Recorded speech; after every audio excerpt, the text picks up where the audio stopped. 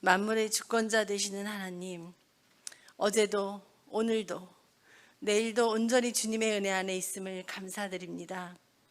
환난 날에 나를 부르라 내가 너를 건지리라 하신 주님의 말씀을 붙잡고 능치 못하실 일이 전혀 없는 하나님을 찬양합니다. 장마도 태풍도 무더위도 하나님의 크신 능력 안에 있음 같이 코로나19균도 하나님 손 안에 있음을 알고 있습니다. 주님, 이 땅의 죄악을 용서하여 주옵소서. 불과 몇 달 전까지만 해도 전혀 예상하지 못했던 환난의 때가 바로 지금인데 온라인으로라도 예배드릴 수 있다고 위로하며 눈이 멀고 있는 것은 아닌지 주님 두렵고 떨리는 마음으로 기도의 자리에 섰습니다. 옷을 찢으며 가슴을 치고 기도하지 못했음을 회개합니다.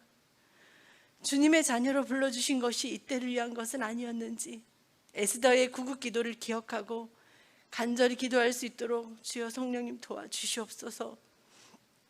모든 입으로 예수 그리스도를 주라 시인하며 마라나타 기대하는 마지막 때인 것을 깨닫게 하여 주시고 오직 믿음으로 세상을 승리할 수 있기를 간절히 기도드립니다.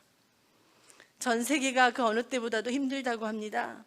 하지만 이 세상의 주인이 주님이시니 우리는 다 가진 자가 되었습니다.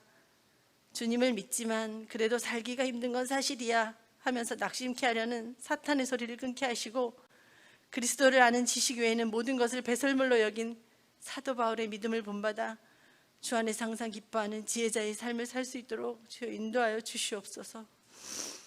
예수를 죽은 자 가운데서 살리신 영이 너희 안에 거하시면 그의 영으로 말미암아 너희 죽을 몸도 살리시리라 하신 말씀을 붙잡고 기도합니다.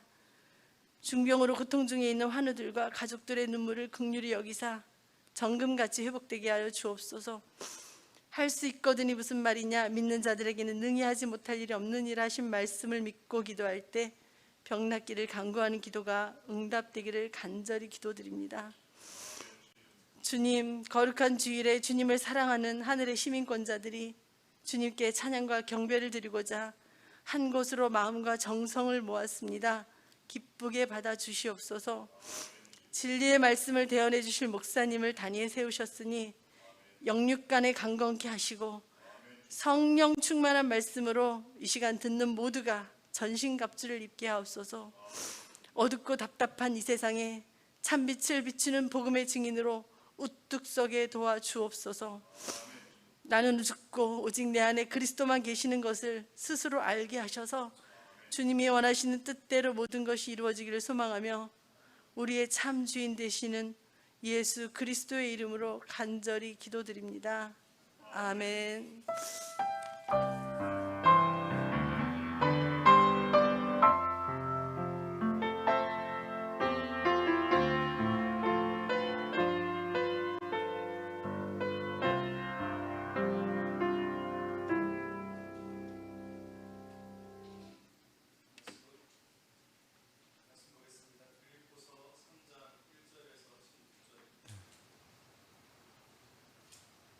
빌립보서 3장 1절에서 16절입니다. 신약 321페이지에 있습니다.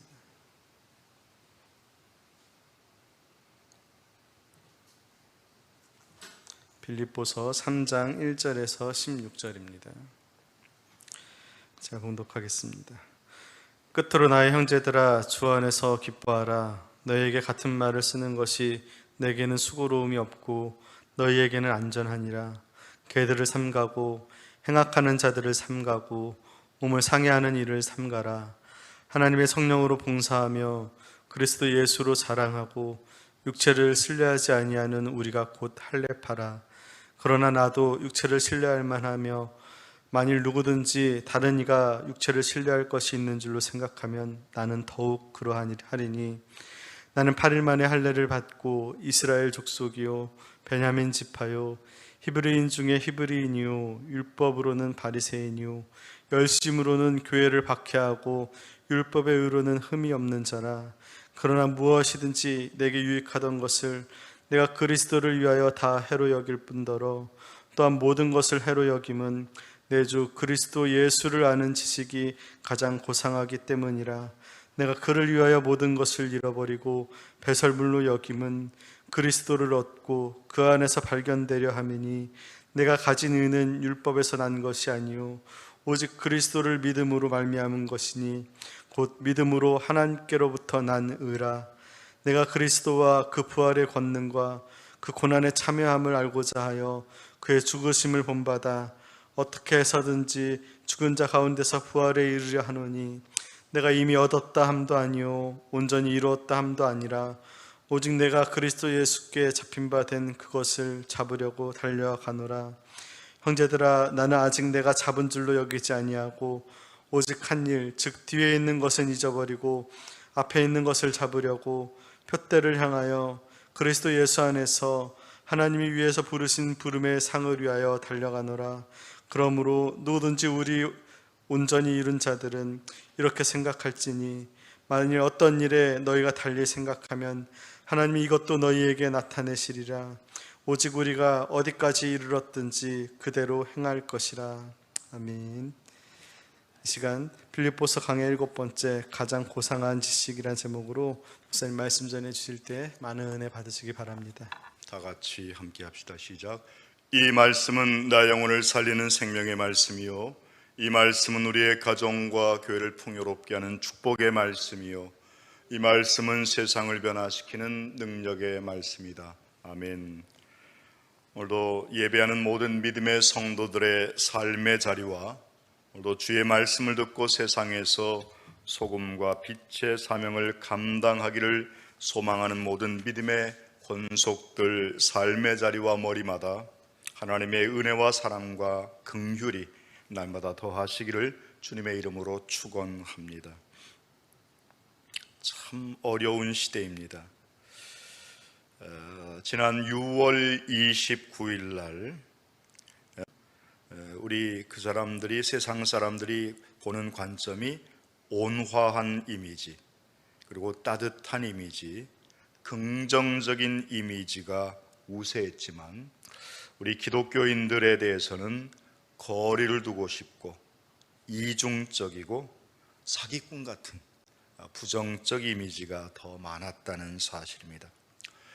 물론 이 연구소 측이 교회와 교회 지도자들의 각종 추문과 이와 같은 것들로 인하여서 실생활 속에서 교회 이미지가 부정적으로 형성된 것도 있고 거기에 설상가상으로 코로나19 사태로 인하여서 교회발 확진자가 등장하다 보니 이런 것들이 이런 이미지에 나쁜 영향을 미쳤다라고 이야기하고 있습니다. 그런데 사실 2018년도에도 조사를 했는데 2018년도에는 7% 긍정적 이미지, 2020년 6월에는 6%에 해당했다는 겁니다. 거기에서 거기라는 거죠. 참 이렇게 이와 같은 세상 속에서 우리가 그 이미지를 개선하기 위해서 살아가는 건 아니지만 우리가 믿고 따르는 종교라기보다는 믿고 따르는 신앙과 우리가 예배하는 예배의 처소인 교회, 그리고 그 안에서 신앙생활을 영위해 나가고 이끌어가는 우리의 삶의 모습이 세상의 소금과 빛의 역할을 감당해야 되는데 어쩌다 이 지경이 되었는지 참으로 마음이 답답할 때가 많습니다. 저는 그래서 그렇게 생각을 해봅니다. 하나님께서 왜 우리 모두가 다 환난을 겪지만 우리가 지금 코로나 사태에 더 많은 그리스도인들이 환난과 어려움을 겪고 있는데 왜 하나님께서 우리에게 이런 일들을 겪게 하시는가? 저는 그런 생각을 합니다. 더 잘 수영하기 위해서, 또 더 잘하기 위해서. 스포츠하는 사람들은 이야기하죠. 야, 힘 빼. 그렇게 하지 마라. 자연스럽게 힘 빼라고 합니다.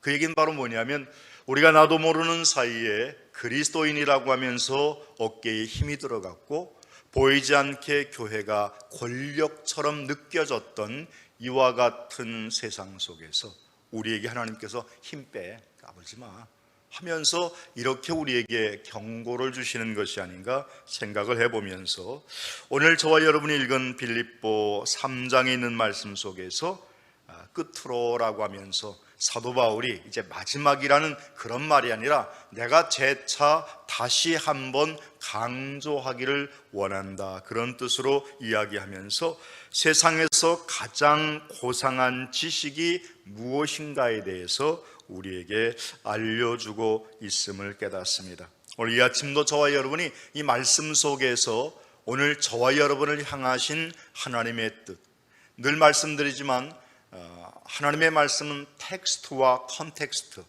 그 기본적인 본문이 주는 의미와 더불어서 어떤 상황 속에서 주셨는가, 그러니까 오늘 이 말씀을 통해서 오늘을 살아가는 저와 여러분의 삶의 형편 속에서 하나님은 무엇을 말씀하시고자 하시는가. 옛날 2000년 전에 사도 바울을 통해서 빌립보 교인들에게 주었던 권면과 교훈을 통해서 오늘 우리에게는 무엇을 말씀하시고자 하시는가. 그러니까 이 말씀이 나와 어떤 상관이 있는가를 다시 한번 깨닫는 이 아침 되시기를 주님의 이름으로 축원합니다. 본문의 말씀에 보면 사도 바울은 특별히 개들을 삼가고 행악자들을 삼가고 몸을 상해하는 자들을 삼가라라고 말하고 있습니다. 여기에서 세 종류의 부류들이 있는 것을 알 수 있죠. 이것은 바로 신앙의 정체성을 흔드는 사람들이 교회 안에 있다는 것을 우리에게 말씀해 주고 있습니다. 적은 멀리 있는 것이 아닙니다. 가까이에 있어요. 요즘 교회를 향해서 신랄하게 비판하고 교회의 부정부패를 들추어내는 사람들이 꼭 뭐 이렇게 저기한 건 아니지만 그들이 교회와 밀접한 관계를 갖고 있었던 우리 안의 사람이었다는 사실을 우리는 잊지 말아야 됩니다. 그들의 잘잘못을 지적하기 전에 왜 그들이 교회를 떠나게 되었고 교회에 반감을 갖게 되었고 신앙의 회의까지 느끼게 되었는가. 그들의 책임도 일말이 있지만 그 빌미를 제공한 것이 교회였다고 한다면 우리들 스스로를 다시 돌아보아야 한다는 것입니다. 그러나 잘못된 것은 잘못된 거죠. 그들이 이 사도 바울은 세 종류로 이야기하고 있는데 개들을 삼가고 행악자들을 삼가고 몸을 상해하는 일을 삼가라. 옛날 개혁성에 보면 손할례당을 삼가라 이렇게 말하고 있습니다. 그러면 여기에서 개라고 하는 의미는 무엇인가? 율법주의자를 의미하고 할례파를 의미합니다. 교회를 어지럽히고 약화시키는 세력이며 유대인들은 이방인들을 개로 여겼거든요. 그 의미 속에는 종교적 우월주의를 갖고 있었다는 겁니다. 차별 아닌 차별을 했다는 거죠. 이와 같은 율법주의자들. 두 번째는 행악자. 영어 성경에는 evil worker라고 되어 있습니다. 악을 행하는 자, 악한 일꾼, 잘못된 관습과 악행을 일삼는 자. 이것이 여러분 세상에서 이와 같이 무슨 나쁜 짓 하고 남에게 해를 끼치는 이런 사람이 아니라 교회 안에서 기득권을 주장하는 사람들이 있더라는 거죠. 악한 관습을 갖고 있는 사람들이 있습니다. 좀 밖에서 새로운 가족들이나 새로운 사람들이 들어오면 좀 품고 인사도 하고 좀 이렇게 보듬어 줘야 되는데 지가 언제부터 이런 사람들이 있어요. 좀 열심을 품고 뭔가 교회에 헌신하고 봉사하려고 하는데 그걸 뭐라고 그러죠? 묵은 계란이라고 그러나 묵은 닭이라고 그러나 그런 존재의 사람들이 하면서 팔짱 딱 끼고 어떻게 하나 두고 보자 하면서 말도 안 하면서 지는 하지도 않으면서 아주 도끼 눈을 뜨고 불알이면서 뱁새 눈을 갖고 하는 사람들이 있더라는 거죠. 이게 사실은 행악자입니다.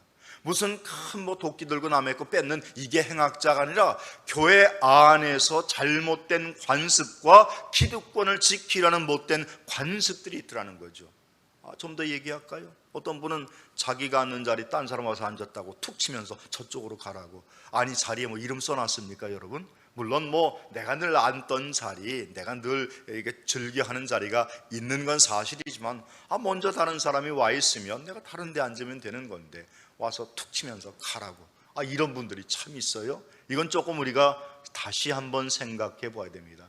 작은 거라고 이야기할 수 있지만 갖고 있는 이 삶의 이런 습관들은 인격을 낳는다는 것을 아십니까? 아니, 습관은 인격의 한 방편이고 한 부분이라는 사실을 잊지 않는다고 한다면 우리의 잘못된 관습과 습관들을 고쳐 행해야 한다는 것입니다. 세 번째는 몸을 상의하는 자, 손 할례당을 삼가하라고 말씀하고 있습니다. 여러분, 할례가 무엇입니까? 할례는 하나님의 언약의 상징입니다. 이 원래 할례라고 하는 말을 베리트 밀라라고 하는데, 이 꼭 베리트 밀라, 밀라는 원래 할례인데 이 밀라가 독립적으로 쓰여지지 않고 베리트 밀라라고 쓰여졌습니다. 그 베리트 밀라라고 하는 것은 언약의 할례라고 하는 뜻이죠. 우리가 알듯이 창세기 11장에 가보면 하나님께서 99세 때에 아브라함과 그의 가족들, 그의 모든 함께하는 자들에게 할례를 행할 것을 말씀하셨습니다. 그것은 바로 피 흘림을 통해서 하나님의 약속된 구별된 삶을 살고 고통과 아픔을 통해서 하나님의 거룩한 의를 기억하고 그분께 모든 것을 행해 나가는 이와 같은 것을 의미합니다. 그래서 이 할례라고 하는 것은 원래 언약이라고 하는 베리트라고 하는 말은 성경에 세 종류의 언약이 나오는데요. 그 첫 번째 언약은 물론 창세기 9장에 등장하는 무지개 언약이 있죠. 이 무지개 언약은 공간적 언약이며 자연적 언약인 반면에 두 번째는 어떤 언약이 있죠? 오늘 창세기 17장에서 이야기하는 이 할례의 언약, 이것은 아브라함과 그의 식솔들에게, 그리고 세 번째는 출애굽기 37장 12절로부터 보면 안식일에 대한 규례가 나오는데 영원한 언약을 삼을지니라, 이렇게 이야기합니다. 다시 말하면 하나님께서는 단순하게 이 할례의 언약을, 이 육체적인 할례의 언약만을 말씀하시는 것이 아니라 우리에게 공간적이고 시간적인 개념까지 언약을 우리에게 말씀하셨다는 겁니다. 그래서 오늘 우리는 이것을 통해서 나는 내 하나님이 되고 너는 내 백성이라 라고 하는 증표를 받은 저와 여러분이라고 한다면 이 세 가지의 언약의 할례를 잘 지켜 행해 나가는 저와 여러분이 되어야 할 줄로 믿습니다. 이사야서 52장 1절 말씀에 가보면 할례 받지 않은 자와 부정한 자는 거룩한 성에 들어갈 수 없다라고 말씀하고 있습니다. 그런데 여기에서 오늘 할례라고 하는 의미를 어떤 의미인가 하면 이 빌립보 교회 교인들은 디아스포라죠. 이방의 이 디아스포라로 인해서 처음에 교회가 시작되었고 거기에 이제 이방인들이 하나둘 모여들기 시작을 했는데 그 유대인들 가운데에, 디아스포라 가운데에 예수 그리스도가 나의 구원의 주임을 고백하고 하나님의 자녀가 되었다고 하는 사람들 가운데서도 이방인들에게 보이지 않는 표징과 언약을 요구했다는 겁니다. 아니, 너희들도 선민, 거룩한 하나님의 백성이 되려면 너희들도 할례를 받아야지, 이렇게 이야기하고 그것이 없으면 구원이 없다고까지 이야기하는 사람들이 생겨나게 되었고, 사실 이방인들의 입장에서는 그것들을 이제 어떻게 이야기하냐면 마이너리티라고 그러죠. 내가 주류가 아니고 비주류였기 때문에 주류가 그런 말을 하니까 귀가 쏠깃하거든요. 나도 저들과 함께 이렇게 교제하고 그들이 추구하는 어떤 그 가치관들을 함께 추구하려면 나도 그와 같은 하나의 동료 의식을 느껴야 되기 때문에 그들도 서슴없이 그와 같은 할례 의식을 행하게 되었다는 것이고, 그러다 보니까 보이지 않게 많은 사람들이 그쪽으로 쏠리게 되었다는 거죠. 할례 받아야지 하면서 이렇게. 그런데 사도 바울이 빌립보 교인들에게 그게 아니라는 겁니다. 사실 이 빌립보 교인들에게 이야기하기 전에 이건 어떤 개인적인 주관적인 생각에서가 아니라 사도행전 15장에 가보면 바울과 바나바와 이 교회 선교를 하다 보니까 그런 문제점들이 부각되었던 것을 깨닫게 되었습니다. 그래서 그가 예루살렘을 방문했을 때 많은 장로들과 사도 베드로에게 이 문제를 제기했어요. 그때에 이 사도 베드로, 그래도 예수님의 가장 수제자로 일컫고 예루살렘 교회의 지도자였던 이 베드로가 어떻게 이야기하는가 하면 할례가 중요한 것이 아니다. 왜냐하면 누구죠? 베드로의 입장에서는 고넬료의 가정에 그와 같은 사건을 통해서 이방인들에게도 이미 하나님의 구원이 임한 것을 알았고 그것을 몸소 체험했고 환상 가운데에 잡아먹으라 말씀하신 그 부정한 것에 대한 새로운 시각을 하나님께서 열어주셨기에 할례를 꼭 행하지 않아도 된다고 하는 것을 깨닫게 되었고 그것을 알게 되었습니다. 그래서 예루살렘 공의회에서 이미 할례를 받지 않아도 된다라고 결론을 내렸고 그렇게 많은 사람들에게 복음을 증거했는데 때때로 보면 교회 안에 아니야 받아야지 무슨 소리 하면서 이렇게 기득권을 주장하며 꼭 눈에 보이는 어떤 가시적인 어떤 구원의 표징들을 요구하는 사람들이 있었다는 겁니다. 자, 이와 같은 삶에 있어서 우리는 어떻게 해야 될까요? 사도행전 15장 11절에 베드로가 한 말 가운데 우리는 그들이 우리와 동일하게 주 예수의 은혜로 율법의 할례로 구원받는 표징을 얻고 구원받는 것이 아니라 주 예수의 은혜로 구원받은 줄을 믿노라 하니라라고 기록되어 있습니다. 그렇기 때문에 오늘 우리가 이 땅에서 믿음의 삶을 살아가는 저와 여러분들은 이와 같이 눈에 보이는 가시적인 할례, 그래서 손할례당이라고 하는 의미는 몸을 상해하는 자라고 하는데 할례를 어떻게 손해합니까? 할례하는 척하고 하는 이런 사람들 의미, 진정으로 그것도 아니면서 그와 같은 척을 하는 사람을 의미한다 할 것입니다. 사도 바울은 무엇이라 말씀합니까? 나는 무엇보다도 가장 고상한 지식, 예수 그리스도를 아는 것. 여러분, 안다라고 하는 말이 무슨 말이죠? 야다라고 하는 말인데 그저 단순하게 지식적으로 안다는 말이 아닙니다. 복음서에 보면 누가복음인가요? 가브리엘 천사가 와서 수태고지를 할 때에 마리아가 내가 아들을 낳으리니 그의 이름을 임마누엘 뭐 이렇게 하잖아요. 내가 아들을 낳을 것이다. 아니 천사님, 가브리엘 천사님 무슨 말이에요? 나는 남자를 알지 못하는데. 마리아가 이야기한 그 남자를 알지 못한다고 하는 의미는 안다라고 하는 의미는 다른 의미가 아니라 그와 남자와 동침하지 아니했다.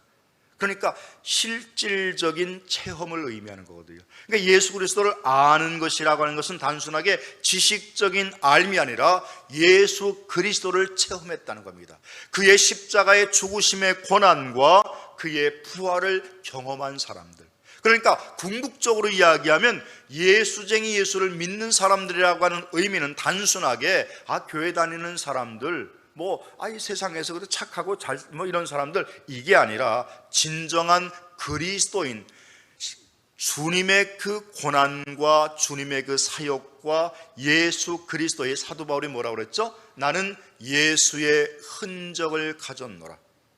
우리의 삶 가운데 주님의 십자가의 고난과 같은 이와 같은 흔적을 가진 자, 그리스도의 십자가의 은혜로 구원의 은혜를 받았을 뿐만 아니라 그 은혜에 감복한 자가 되었기에 손해볼 줄 아는 자, 세상 가운데서 고난을 자처하며 주님의 은혜에 함께 동참하는 이와 같은 체험이 있는 자의 삶을 의미한다 할 것입니다. 제가 요즘 보는 책 가운데에 참신앙과 거짓 신앙이라고 하는 책이 있습니다. 여기에 보면 18세기와 19세기의 수많은 청교도 설교자들이 있죠. 대표하는 사람들이 조지 휘필드라고 하는 사람, 찰스 스펄전, 20세기의 마이트 로이드 존스 목사와 같은 이와 같은 청교도적인 신앙을 가진 설교가들이 있는데 그들의 설교는 한결같았다는 겁니다. 그들의 설교는 늘 참된 신자와 거짓 신자를 분별하는 도전과 함께 참된 믿음으로서 회심을 촉구하는 내용을 담았다는 거죠. 복음은 선명하게 선포되어야 하는 것이고 복음은 그렇게 들려져야 한답니다. 늘 참된 신앙과 거짓 신앙이 무엇인지를 분별할 수 있도록 우리는 그 말씀을 듣고 깨달아야 하며 내가 거듭난 신자인지 아닌지를 확인할 수 있는 분명한 메시지가 그 안에 들어있어야 한다는 것입니다. 그 미국의 방송 설교가인 로버트 찰스 스페롤 목사가 있는데, 그분은 신자를 네 종류의 신자로 구분을 했습니다. 첫째는 내가 구원받은 것을 알고 내가 구원받았고 그것을 아는 사람이 있는가 하면, 두 번째는 구원을 받았지만 그것을 모르는 사람이 있고, 세 번째는 구원받지도 못했고 그러면서 그래도 구원받지 못한 걸 아는 사람이 있고, 네 번째는 구원받지도 못했고 그것을 모르는 사람이 있다. 여러분도 한번 여러분들 스스로 나는 이 네 종류의 사람 가운데 어디에 속했다고 생각하십니까? 나는 구원받았고 그것을 아는 사람이다. 많은 사람들이 여기에 자부하고 그렇게 불려지기를 원할 것입니다. 그럼에도 불구하고 많은 사람들이 구원을 받았지만 그것을 모르는, 확신이 없는 삶을 살아가는 사람들이 참 많다는 거죠.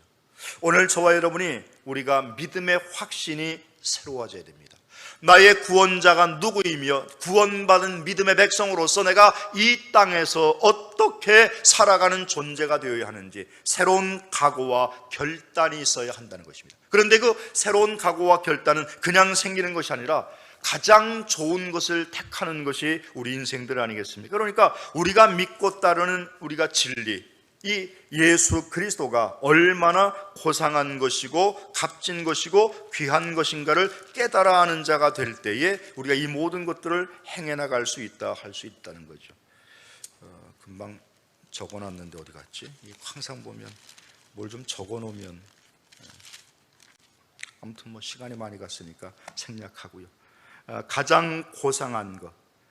그래서 여기서 고상하다고 하는 의미 자체가 무엇보다도, 이 고상하다고 하는 것은 특별하다라고 하는 의미보다도 구별된 것이고, 이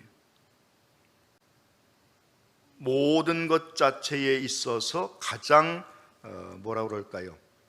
최상의 것, 가장 고상하다라고 하는 그 의미 속에는 다른 것과 비교할 수 없는 것이다, 이렇게 이야기합니다. 그러면서 사도 바울은 오늘 우리에게 무엇을 권면하고 있는가 하면, 내가 세상에 예수 그리스도가 나의 가장 고상한 지식임을 깨달았기에 내가 지금까지 추구했던 모든 가치관을 버리고 오직 주의 십자가의 은혜를 소망하며 내가 날마다 그리스도의 잡힌 바 되고 그것을 잡으려고 달려가노라라고 고백하고 있습니다. 달려간다고 하는 말의 의미 속에는 디오코라고 하는 말인데, 무엇을 추구한다. 좋은 것이 있으면 막 달려가잖아요. 마트에 가서 마지막에 막 떠리하면 막 사람들이 막 열심히 달려갑니다. 왜냐하면 그것을 내가 차지하고 내 것을 쟁취하기 위해서. 여기에서 달려간다라고 하는 말의 의미는 디오코라고 하는 말인데 추구한다는 말입니다. 그리스도인들이 추구해야 될 5가지 진리가 있는데, 그 첫째는 바로 로마서 12장 13절 말씀입니다. 늘 손대접하기를 힘쓰는 사람이 되라. 우리가 이웃들에게 인심이 좋아서, 옛날 인심 좋다고 그러잖아요. 시골 인심 뭐 좋다고 하는데 요즘은 뭐 그렇지도 않은 것 같더라고요. 보면 손대접하기를 힘쓰는 것, 내 주위에 있는 사람들에게 베풀며 대접하는 마음, 이와 같은 넉넉한 마음과 너그러운 마음. 사실 이 넉넉한 마음은 곳간에서 인신난다고 내가 뭐 있어야 내가 베풀지요. 그러나 여러분 꼭 있는다고 해서 베푸는 것도 아닌 것 같아요. 적은 것 가운데서도 작은 것 가운데서도 나눌 수 있는 것이 있다고 한다면, 가끔 가다 보면 사람들이 이거 쓸래 하면서 주는 거 보면 지가 필요 없어가지고 지도 그거 좀 모르죠, 집에 이렇게 처치곤란한 것을 갖다 주는 사람도 있어. 그러면 좀 기분 나빠. 자기도 필요한데 나에게 나눠주는 게 진짜 주는 거지, 자기는 필요 없는데 나보고 가져가라는 것은 나보고 쓰레기 처리하라는 거죠. 그건 잘못된 거예요.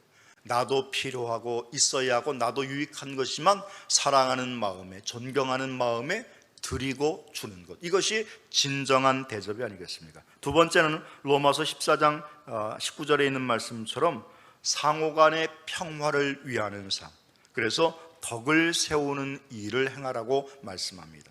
세 번째는 고린도전서 14장 1절 말씀에 거룩한 사랑을 실천하라고 말씀하고 있고, 네 번째는 데살로니가 전서 5장 15절 말씀처럼 항상 선을 따르는, 선을 행하는 것이고, 다섯 번째는 디모데전서 6장 11절 말씀처럼 너 하나님의 사람아 라고 하면서 의를 쫓는 자의 삶. 우리 그리스도인들이 추구해야 할 삶의 가치관과 예수 그리스도가 가장 고상한 지식임을 깨닫고 알았고 체험했다고 한다면 그분의 뜻을 쫓아 추구해야 할 믿음의 사명이 이런 것들임을 우리에게 말씀해 주고 있다는 것입니다. 우리 모두가 이와 같은 삶을 살아야 하죠. 고상이라고 하는 말은 휘페레코라고 하는 말입니다. 그래서 빌립보 4장 7절의 말씀에 가보면 모든 지각에 뛰어난 하나님 이런 말하고 있는데, 여기에서 뛰어나다고 하는 말이 바로 고상하다, 휘페레코라고 하는 말입니다. 여러분은 과연 내가 믿는 이 신앙, 내가 알고 있는 예수 그리스도, 우리가 섬기는 이와 같은 교회가 뛰어나다고 생각하십니까? 아유, 부끄러워 못 나가겠네, 창피해, 재수없어, 이런 마음이 있다고 한다면 우리가 믿을 이유가 없고 다닐 필요가 없고 우리가 신앙을 소유할 분명한 가치를 느끼지 못하는 거죠. 우리가 이 모든 것들을 이해할 뿐만 아니라 그리스도의 십자가의 구원의 은총을 통하여 이 세상이 주지 못하는 평안과 기쁨과 안식을 누리는 이와 같은 가장 뛰어난 은혜라고 하는 것을 믿고 맛보았다고 한다면 이것을 우리가 스스로 증거하기에 부족함이 없는 믿음의 삶을 살아가야 할 줄로 믿습니다. 말씀을 마무리합니다. 2009년 DVR이라고 해서 동아 비즈니스 리포터라고 하는 책에 실렸던 내용입니다. 그것 보면 누구의 이야기를 적고 있는가 하면 행복을 파는 역발상으로 극한 환경을 극복한 권영효 사장에 관한 이야기를 담고 있습니다. 이분은 삼양진 IC 중앙고속도로에 있는 그쪽 만포 주유소를 경영하는 주유소 사장님입니다. 근데 이 집은 우리가 보통 주유소 하면 길목 좋은데 차량이 많이 다니는데 이런데 당연하게 그 주유소를 차리는 것이 기본 아니겠습니까? 그런데 이분의 주유소는 그 IC로부터 다시 나와서 작은 길로 들어가서 한 700m 이상 들어가야 하는 아주 입지 조건은 아주 거지 같은 그와 같은 주유소입니다. 그 근방에 있는 주유소들이 이 경유를 한 600드럼 판다고 한다면, 그리고 부산 시내에 잘 나간다는 주유소들이 한 1000드럼 판다고 그래요. 그런데 여기는 1300드럼을 판답니다. 돈을 많이 벌어서 이게 나온 게 아니라 그분은 극한 환경에서 좀 튀는 기발한 아이디어를 가지고 승부를 했다는 거죠. 그래서 이분이 이야기하기를 자기는 친절보다는 공감과 신뢰로 승부를 했다는 겁니다.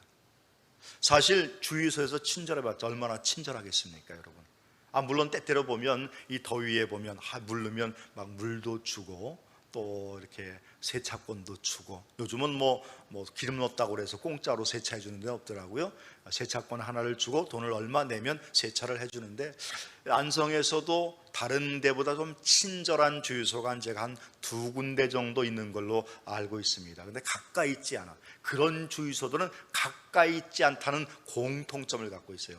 하나는 저쪽 동광 아파트 쪽에 가면 그러나 주유소가 또 하나 있고요. 또 하나는 여기 고3 가는 방면으로 가다 보면은 어디죠? 이렇게 커브 도는데 거기 옛날에 음식점 바로 앞에 거기 하나 있습니다. 아주 다른 분들보다 친절해요. 그리고 그런 주유소들은 보면 꼭 주인이 함께 일을 하더라고요. 어떤 주유소가 보면 주인은 눈을 씻고 봐도 없어. 생전 나오지도 않는 것 같아. 그런데 제가 주유소 욕하는 거 아닙니다. 그냥 일례로 드는 거지요. 요즘은 하도 세상이 그래가지고요, 무슨 이름을 밝히고 이렇게 얘기하면 차별하고 명예훼손을 했다고 이런 사람들이 하도 많아가지고 조금 덜커덕 마음이 좀 쪼릴 때도 없지 않아 있습니다. 아무튼 간에 그런 데가 있어요. 그런데 이분은 친절로 승부하기보다는 공감과 신뢰로 승부했다는 겁니다. 그리고 주유소는 기름만 넣는 곳이 아니다. 주유소는 기름 넣는 거지 무슨 소리야. 그런데 다른 사람들과는 다른 관점을 가지고 또 무엇보다도 고객의 눈높이에서 정서적 교감을 갖는 게 중요하다는 겁니다. 다들 어려운데 사장은 안에서 에어컨 틀어놓고 왔나 이거 계산만 하고 이러는 것은 별로 그렇게 공감을 못 얻는다는 거예요. 참 화물차 기사분들이 오면 직접 주인이 달려나가서 인사도 하고 함께 이렇게 공감하는 것. 이 공감이라는 게 큰 게 아닙니다. 함께 더불어서 일하는 거죠. 그렇기 때문에 우리는 무엇보다도 이런 일에 있어서 여러분 고상하다고 해서 이게 고상이 아니잖아요. 한번 이렇게 탁탁탁 털면서 이게 고상이 아닙니다. 뛰어나다고 하는 의미는 겉으로 드러난 그와 같은 것이 아니라 공감과 신뢰로 승부하는 것.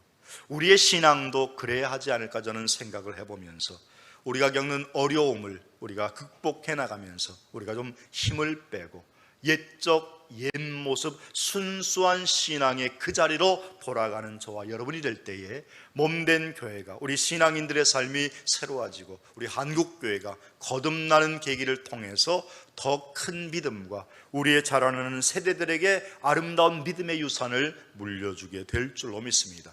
이와 같은 은혜와 복이 우리 모든 성도들에게 함께 하시기를 주님의 이름으로 축원합니다. 사도 바울은 빌립보 교회 교인들에게 무엇보다도 지식이 가장 고상한 지식은 예수 그리스도를 아는 것이 세상에서 가장 고상한 것이라고 말씀하고 있습니다.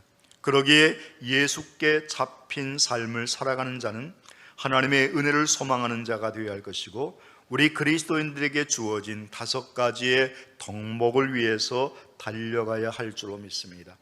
교회 안에 있는 개들과 행악자들과 몸을 상의하는 자들, 그 사람이 내가 되지 않도록 애쓰고 수고해야 될 것입니다.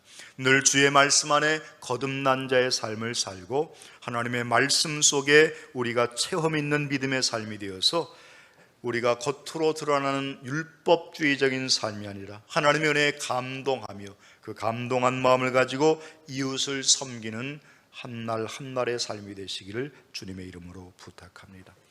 지금은 우리 주 예수 그리스도의 은혜와 하나님 아버지의 무한하신 사랑하심과 성령님의 감화감동 교통하시며 역사하심이 오늘도 주의 전 올라와 말씀을 듣고 세상에 나가 거룩한 하나님의 믿음의 백성으로서 가장 고상한 지식인 예수 그리스도를 알고 그의 은혜 안에 거하기를 소망하여 예배한 믿음의 백성들과 속한 모든 권속들, 가정과 직장과 생업과 사업 위에 그리고 우리가 섬기는 이 교회 공동체와 이 지역사회 안성과 이 나라 대한민국과 멀리 해외 동포와 북한 동포들에게까지 이제로부터 하나님의 은혜가 영원토록 함께 있을지어다. 아멘.